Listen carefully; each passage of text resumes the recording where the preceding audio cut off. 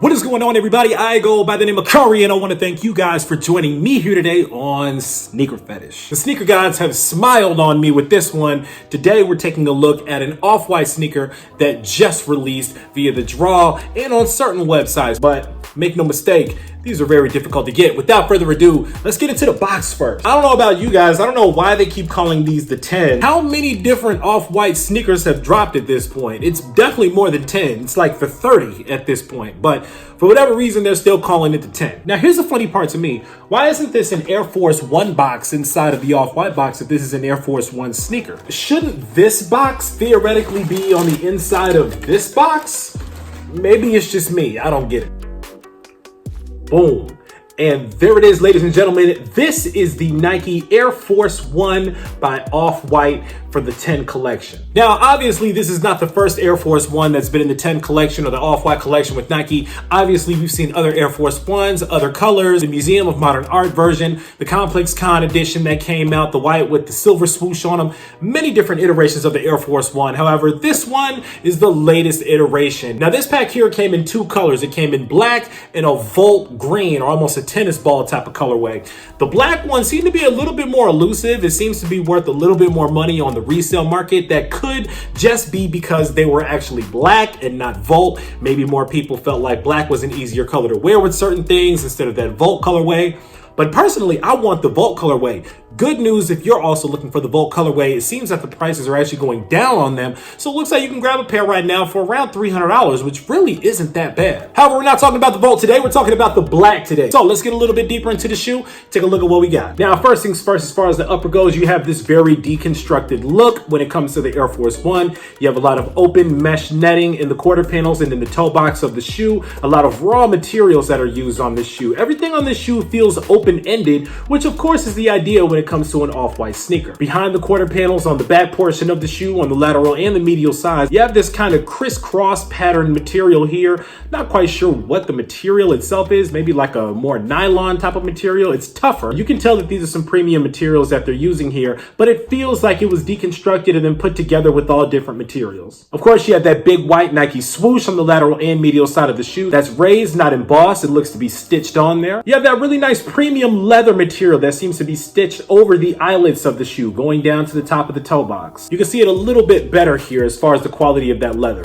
Really nice material. You have the tougher rubber that seems to be outlining the toe box of the shoe and separating the quarter panels from the back of the shoe as well. Nice solid black midsole and outsole, along with that air stamp that signifies it is an off-white, along with that signature orange tag on the lateral side of the shoe right there on the swoosh. Of course, that orange tag goes on to match the deconstructed tongue as well. You can see that foam going along the top of that tongue as well. On the heel of the shoe, you have that same premium leather material that says logo embossed on the heel with the swoosh underneath it. On the lower portion of the heel of the shoe, this is really interesting. It has some coding here that we're used to seeing by now. HO18, of course, stands for Holiday 18. On the end of that, you see there's a 9 to 12.5. That normally signifies a size range that you'll see on things like insoles of the shoe. That signifies it fits between sizes 9 and 12 and a half. The insole of the shoe has that same The 10 logo that we have all come to know and love on the Off-White collection. On the medial side of the shoe, you have that Off-White Beaverton, Oregon stamp right there that we also have come to know and love on the Off-White collection. And of course, you have this nice baby blue zip tie that goes on all Off-White apparel, accessories, and shoes. Here's what really sucks. The shoelaces on this actually look like they were 3M. And I shined them with a light, and unfortunately, they're not 3M. I actually thought that might have been kind of dope because they seem to shimmer a little bit. They have kind of this shimmery silver here, but they're not 3M actually. They're just regular shoelaces. But of course, if you ever forget what these are on the shoe, this will remind you they are shoelaces. Speaking of shoelaces, you actually get an extra set here. You get a white set that has the word shoelaces in orange. I mean, that's pretty much the entire shoe. I mean, you guys know what Off-White does. You know what Virgil Abloh does with these sneakers. Here's the question of the day. A lot of people have been talking about if Yeezy resale is dying, and we will see with the highly anticipated reflective 3M Yeezy V2 that's on the way out the day after Christmas. That's another story for another day. However, today I'm asking you guys, is Off-White resale dying? Has Nike saturated the market with too many Off-White sneakers? That's the question of the day. And I'm gonna give you guys my personal opinion.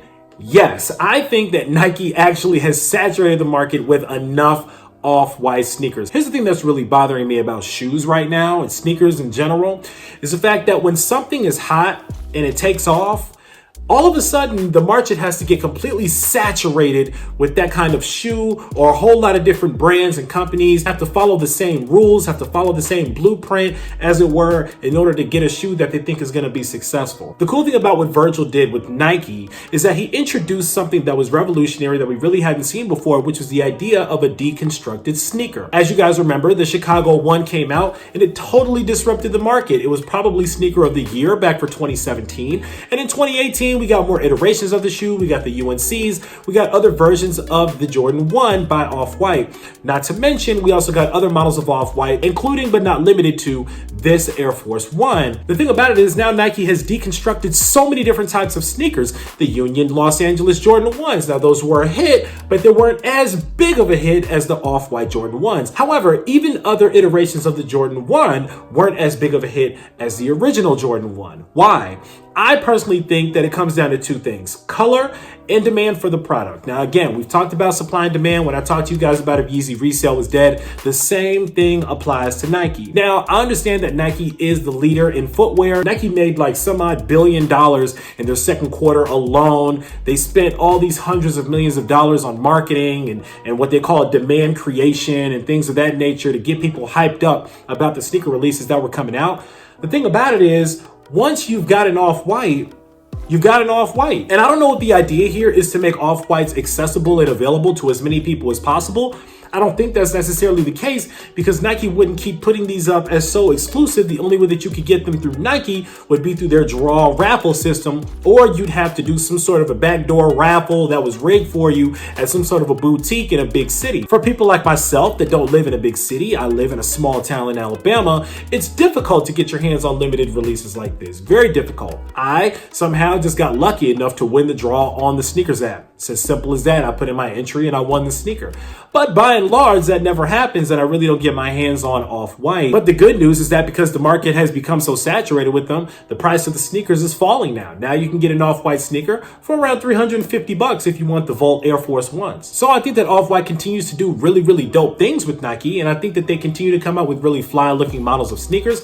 I still want that Volt Air Force 1. However, I do think that it might be time in 2019 to think about a new approach, maybe a new collaboration with a new brand or something like that that can really give Off-White a rest. Because I feel like if we continue down this path and they drop another 10 plus pairs of an Off-White in 2019, by the time that run is over, this brand is going to be pretty much done in the dust. It's going to be a done deal. But give me your thoughts. What do you guys think? Do you think that Nike has been releasing too much Off-White lately? Are you guys just so excited about Virgil you just can't get enough of these little zip ties here and this Off-White brand? Let me know your thoughts. Sound off down in the comments below. As usual, if you are not subscribed, again, I don't really know why you're not subscribed. Go ahead and take a second. Click that big red button right down there. We would love to have you here in the Sneaker Fetish family so that you can make sure you do not miss out on any more heat that's coming in like this, because I guarantee you I got a lot more heat on the way. As always, I want to thank you guys for joining me here on Sneaker Fetish, taking a look at these with me for a couple of minutes, unboxing them with me. I go by the name of Kari. This is the Nike Air Force 1 by Off-White. And until next time, I'm out.